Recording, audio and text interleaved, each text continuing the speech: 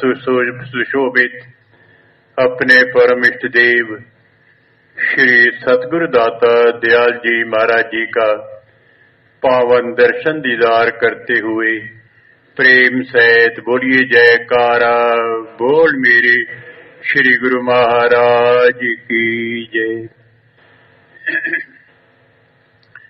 गुरुमुखो, हम प्राय संतों की वाणियों के अंदर एवं ग्रंथों के अंदर ये श्रवण करते रहते हैं कि ये जो कुदरत ने मनुष्य देही प्रदान की है ये बहुत ही दुर्लभ है। यहाँ तक कि स्वर्गों में रहने वाले देवी देवता भी इसकी याचना करते हैं कि हमें मनुष्य जन्म मिले। रामायण में भी कथन आया है कि बड़े भाग मानुष तन पावा, सुर दुर्लभ सद ग्रंथन गावा। आप प्रश्न पैदा होता है कि मनुष्य जन्म की इतनी महिमा है, जैसे इसकी महिमा का तभी पता चलता है जैसे आप संसार के अंदर देखते हैं कोई एक कीमती वस्तु हो। मिसाल के तौर पर एक सोने का टुकड़ा है, उस सोने के टुकड़े को कोई एक जोहरी ले जाता है, सुनार ले जाता है, सुनार ले जाकर के उस पर मेहनत करता है और उसकी शक्ल सूरत को बिगाड़ करके एक आभूषण के रूप में जब तैयार करता है उसकी कदर कीमत बढ़ जाती है। इसी तरह एक आप लकड़ी के टुकड़े को देख लो कि किसी वृक्ष की बड़ी मोटी टहनी है, उसको कोई एक कारीगर खरीद लेता है, कारपेंटर लेकर के चला जाता है और कारपेंटर ले जाकर के पहले उसको आरे पर ले जाकर इसके टुकड़े टुकड़े करता है और उस मेहनत करता है और मेहनत करने के बाद उसका फर्नीचर जब बनाता है उस लकड़ी के टुकड़े की कीमत पड़ जाती है। इसी तरह एक कुम्हार है, किसी जगह से मिट्टी को उठाता है तो मिट्टी को उठा करके अपने घर लाता है, पानी से उसको रोनता है और मेहनत करके घड़ा या सुराही तैयार करता है, उसकी कदर कीमत बढ़ जाती है। इसी तरह मनुष्य देही की कीमत भी तभी बढ़ती है जब इसको कोई कारीगर खरीद ले, जब ये कारीगर की शरण में चला जाए। संसार के अंदर वक्त के पूर्ण महापुरुष ही एक ऐसे कारीगर हैं, जब ये मनुष्य शरीर धारण करके जीव वक्त के सत्पुरुषों की शरण में जाता है, इसकी कदर कीमत बढ़ जाती है। परम संत श्री कबीर साहब महाराज जी ने अपनी वाणी के अंदर लिखा है कि गंगा के संग सरिता बिगड़ी, सो सरिता गंगा हुई निबरी। पारस के संग तांबा बिगड़ियो, सो तांबा कंचन हुई निबरो। चंदन के संग तरुवर बिगड़ियो, सो तरुवर चंदन हुई निबरियो। संतन संग कबीरा बिगड़ियो, सो कबीर राम होए निबरियो। परम संत श्री कबीर साहब हमारे अपनी वाणी के अंदर कथन करते हैं कि छोटी छोटी नदी नालियां जब गंगा के अंदर प्रवेश करती हैं, अपने नाम को भुला करके, अपनी हैसियत को भुला करके वो गंगा का ही रूप बन जाती हैं। एक पारस मणि है, पारस मणि जब किसी भी धातु के साथ स्पर्श करती है उसको वो सोना बना देती है। इसी तरह से किसी एक वन के अंदर कोई एक चंदन का पेड़ है, उस चंदन के पेड़ की हवा जिस भी पेड़ को लगती है वो भी चंदन बन जाता है। तो परम संत श्री कबीर साहब हमारे फरमाते हैं कि संतन संग कबीरा बिगड़ियो, सो कबीर राम होए निबरियो। ये कबीर साहब भी जो है संतों के साथ उनकी संग पा करके बिगड़ गया जरूर है, लेकिन रूप क्या बना? राम होए निब्रियो।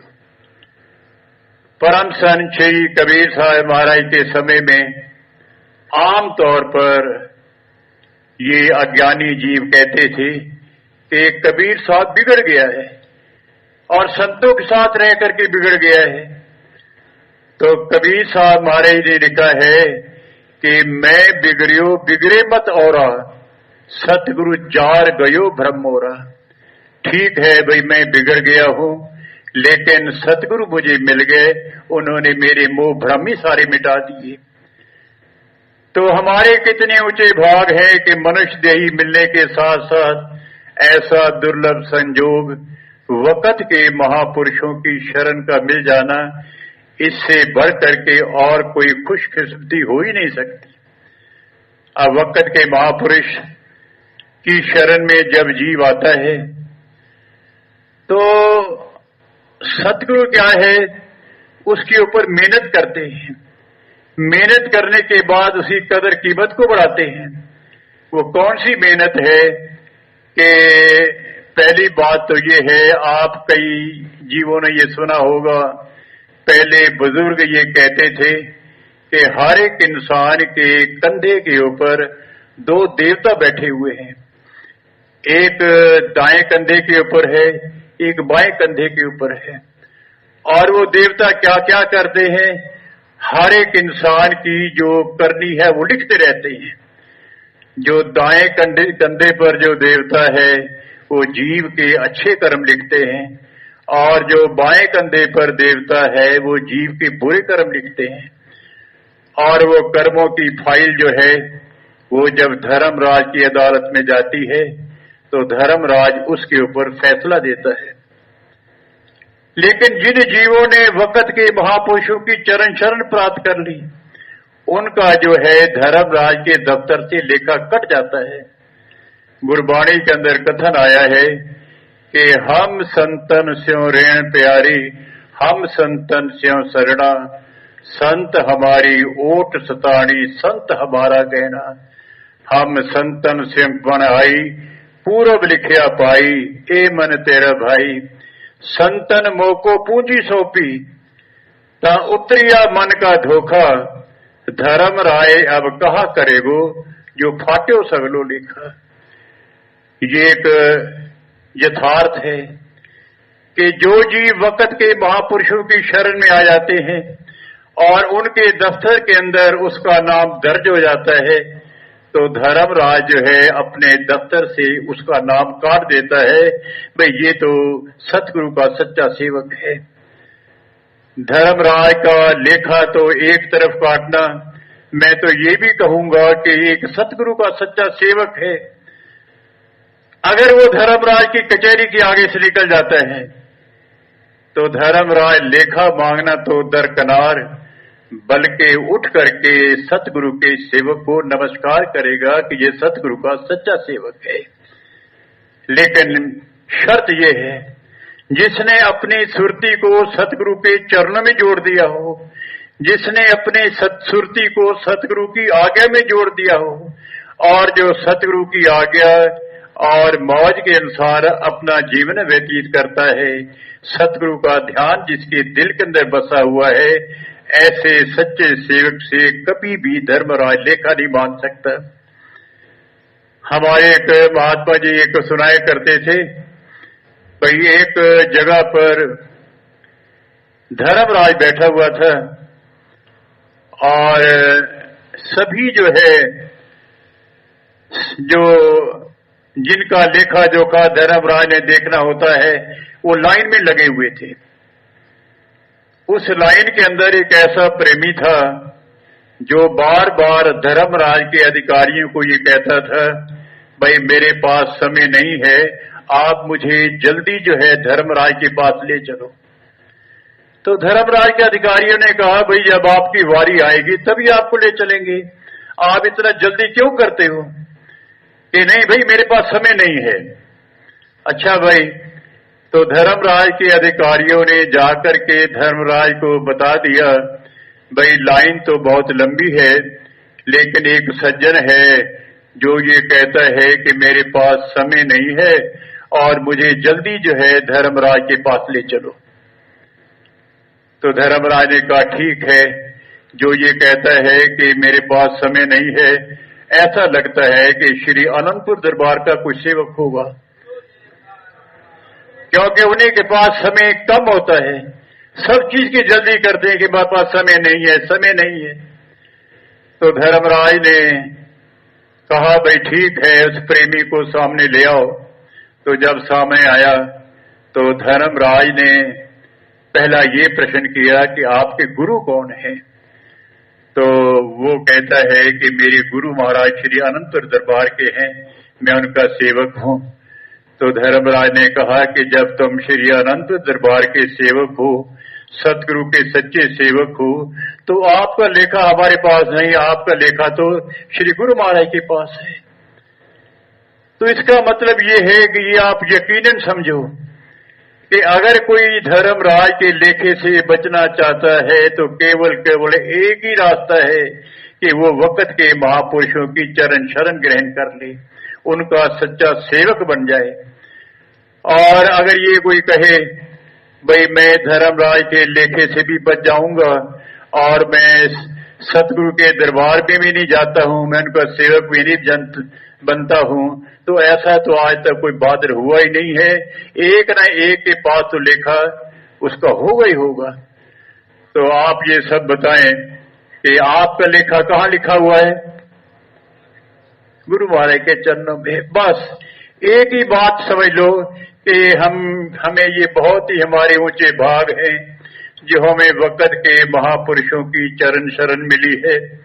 और श्री अनंतपुर दरबार जो श्री परमहंसों का दरबार है, ऐसा ऊंची जगह पर हम पहुंचे हैं, तो अपने हैसियत को पहचाने कि हमारी हैसियत बहुत ऊंची है, उसी हिसाब से हमारी करनी भी होनी चाहिए। हम सतगुरु के सेवक हैं। अगर आप किसी जगह पर जाते हैं, आप कोई भी कार्य करते हैं, चाहे वो ही अच्छा है या बुरा है, तो कोई ये पूछे भाई ये किसने किया है, तो यही कहेगा ये श्री अनंतपुर दरबार के भगत थे, या श्री अनंत दरबार के महात्मा थे, या श्री अनंत दरबार की बाई जी थे। तो आपका कनेक्शन दरबार के साथ जुड़ा हुआ है, तो आपकी करनी बहुत ऊंची होनी चाहिए। जो भी कर्म इस शरीर से हो, भक्ति के दायरे के अंदर हो, जो भी कर्म इस शरीर के हो के द्वारा हो, सतगुरु की आज्ञा के अंदर हो। हर वक्त सतगुरु के ध्यान को बसाना है अपने अंदर, सतगुरु की आज्ञा को बसाना है, और तभी हम सतगुरु के सच्चे सेवक बन सकते हैं और धर्मराज के लेखे से भी बच सकते हैं। धर्मराज हमसे लेखा नहीं मांग सकता, नहीं मांग सकता, नहीं मांग सकता। अगर हमने अपनी सुरती को सतगुरु के चरणों के साथ जोड़ दिया है, तो हमारा ये कर्तव्य है कि जो श्री सतगुरुदाता दयाल जी महाराज जी हमारे लिए आदेश जारी करते हैं, भाई हर एक गुरमुख को, चाहे वो देश में रहता है चाहे विदेश में रहता है, भक्ति के 5 सरल नियमों पर श्रद्धा सहित पालन करना चाहिए और 2 घंटे भजन अभ्यास करना चाहिए। बहुत ही लाजमी है, बहुत ही जरूरी है, बहुत ही जरूरी है। तो अगर हम सतगुरु की आज्ञा और मौज के अनुसार अपना जीवन व्यतीत करते हैं, तो हमारा भी कल्याण होगा, सतगुरु की भी प्रसन्नता होगी। और आज के जो श्री सतगुरुदाता दयाल जी महाराज जी हमें नित्य प्रति अपने शुभ आशीर्वाद से, शुभ दर्शनों से निहाल करते हैं, इस शुभ घड़ी की भी मैं सब गुरमुख जनों को लाखों लाख मुबारकबाद देता हूँ। बोलो जयकारा बोल मेरी। हमारे परम इष्टदेव श्री श्री 108 श्री परमहंस अवतार श्री तृतीय पातशाह जी महाराज जी अक्सर अपने पावन वचनों में ये फरमाया करते थे कि मानुष मानुष अंतरा, कोई हीरा तो कोई कंकरा। फरमाते थे कि देखने में सारे मनुष्य तो एक जैसे नजर आते हैं, समानता नजर आती है, लेकिन आंतरिक तौर पर देखा जाए तो उनमें बहुत भारी अंतर हुआ करता है। कोई तो हीरे जैसा कदरों कीमत वाला होता है, कोई कंकर जैसे जिसकी कोई कदर कीमत ही नहीं होती। वो कौन से मनुष्य हैं जो हीरे जैसे कदर कीमत वाले हैं? वो गुरुमुख प्रेमी जिसके हृदय में प्रभु की प्रीति, प्रभु के नाम की ज्योति जगमगा रही होती है, जिसके हृदय में प्रभु मिलन की तड़प जागृत हो गई होती है, जिसका चित्त मन सतुर के चरणों के साथ दृढ़ता से जुड़ गया होता है, ऐसे गुरुमुखों के लिए महापुरुषों ने हीरे जैसा कदरों कीमत वाला उनकी भाग्यशाली बताया है। जैसे कहा है कि कह नानक जाके पूरे भाग गुरु चरणी ताका मन ला। गुरुवाणी में एक अन्य जगह पे महापुरुषों ने तो बहुत ही ऊंचा दर्जा दे दिया है। कहा कि जो प्राणी निज दिन भजे रूप राम को जान ते नर हरि अंतर नहीं नानक साची मान। कि ये हमारी बात सच करके मान लो कि जो प्राणी रात दिन 24 घंटे हर समय जिसका ध्यान भजन सुमिरन में लगा रहता है, ध्यान में लगा रहता है, भक्ति में लगा रहता है, वो उसका फिर उसमें और मेरे में कोई अंतर नहीं, अर्थात उन्होंने अपना ही रूप बना लिया, कितना ऊंचा दर्जा दे दिया। लेकिन जो मनुष्य, जो प्राणी जिसके हृदय में प्रभु प्रेम नहीं, भक्ति नहीं, उसके बारे में कहा वो कंकर के समान है, उसकी कोई कदरों कीमत नहीं है, जिसके दिल में माया का ही ख्याल बना है, प्रभु की प्रीति नहीं है। महापुरुषों ने तो उसको मृतक का दर्जा दे दिया है। इतना उनके वचन है, अति सुंदर कुलीन चतुर मुख यानी धनवंत मृतक कहिए नान का जय प्रीत नहीं भगवान। फरमाते हैं कि किसी प्राणी में सारे गुण हैं संसार के, अगर जैसे बहुत सुंदर है, कुलीन है, अच्छे कुल वाला, चतुर है, मुख से ज्ञान की बातें कहने वाला हो, बहुत ही धनाढ़ हो, लेकिन उसके हृदय में हरि की भक्ति नहीं, प्रभु का प्रेम नहीं, तो वह फिर जीते जी मृतक के समान है। रामायण में भी लिखा है, जिये हृदय हरि भक्ति नहीं आनी, जीवत शब्द संबंधते प्राणी। कि जिसके हृदय में हरि की भक्ति नहीं है, वो जीते जी मृतक मुर्दा के समान है। उदाहरण देते हुए भी फरमाते हैं कि जीते जी वो मुर्दा कैसे है। वो फरमाते हैं कि जाघट प्रेम न संचरे, सो घट जान मसान, जैसे खाल लोहार की सांस ले बिन प्राण। आप सबने देखा ही होगा कि लोहार अपने औजारों को अपनी भट्टी में गर्म करने के लिए एक चमड़े की खाल होती है, उससे वो सुलगाता है, देखने में आती है वो सांस ले रही है और छोड़ रही है, लेकिन उसमें प्राण तो है ही नहीं। ऐसे ही जिसके घट में प्रभु प्रेम का प्रीति नहीं है, प्यार नहीं है, वो भी चलते फिरते खाते पीते तो दिखते हैं, लेकिन उसके घट में प्रभु की प्रीत न होने से प्राणहीन है, और मुर्दे के समान दर्जा दिया है महापुरुषों ने। हमारे परम देव श्री श्री 108 श्री पंचम पातशाही जी महाराज जी भी इस बारे में उन्होंने बहुत अच्छा उदाहरण दिया। एक बार वो दुबई में विराजमान थे, उन्होंने वचन फरमाए कि एक जैसे मिट्टी का घड़ा है, उसमें अगर मिट्टी भर दी जाए तो उसकी क्या कीमत है? कोई कीमत नहीं है। उसके अंदर अगर दूध भर दें तो उसकी कुछ कीमत बढ़ जाती है। उसके अंदर अगर हीरे मोती जवाहर भर लिए जाएं तो वो बेशकीमती घड़ा हो जाता है। ठीक इसी प्रकार जिसके हृदय में प्रभु प्रेम की लगन लगी हुई है, भक्ति लगी हुई है, वो फिर उसका हृदय जो है बेशकीमती हीरे के समान कदर कीमत वाला हो जाता है। हमारे तृतीय पातशाही महाराज जी ने भी इस बारे में वचन फरमाए हुए हैं कि जैसे 2 टुकड़े कागज के हैं, एक के ऊपर सरकारी मोहर लगी हुई है, गवर्नर के हस्ताक्षर है, तो वो कीमती नोट कहलाता है। उसको लोग संभाल के रखते हैं, कदरों कीमत डालते हैं उसकी। और जिस कागज के टुकड़े पर हस्ताक्षर नहीं है, सील नहीं लगी हुई है, तो वो रद्दी के समान है। ठीक इसी प्रकार जिस जीव के हृदय में भक्ति रूपी, प्रेम रूपी मोहर लगी हुई है, वो फिर कदर कीमत वाला हीरे के समान कहलाता है।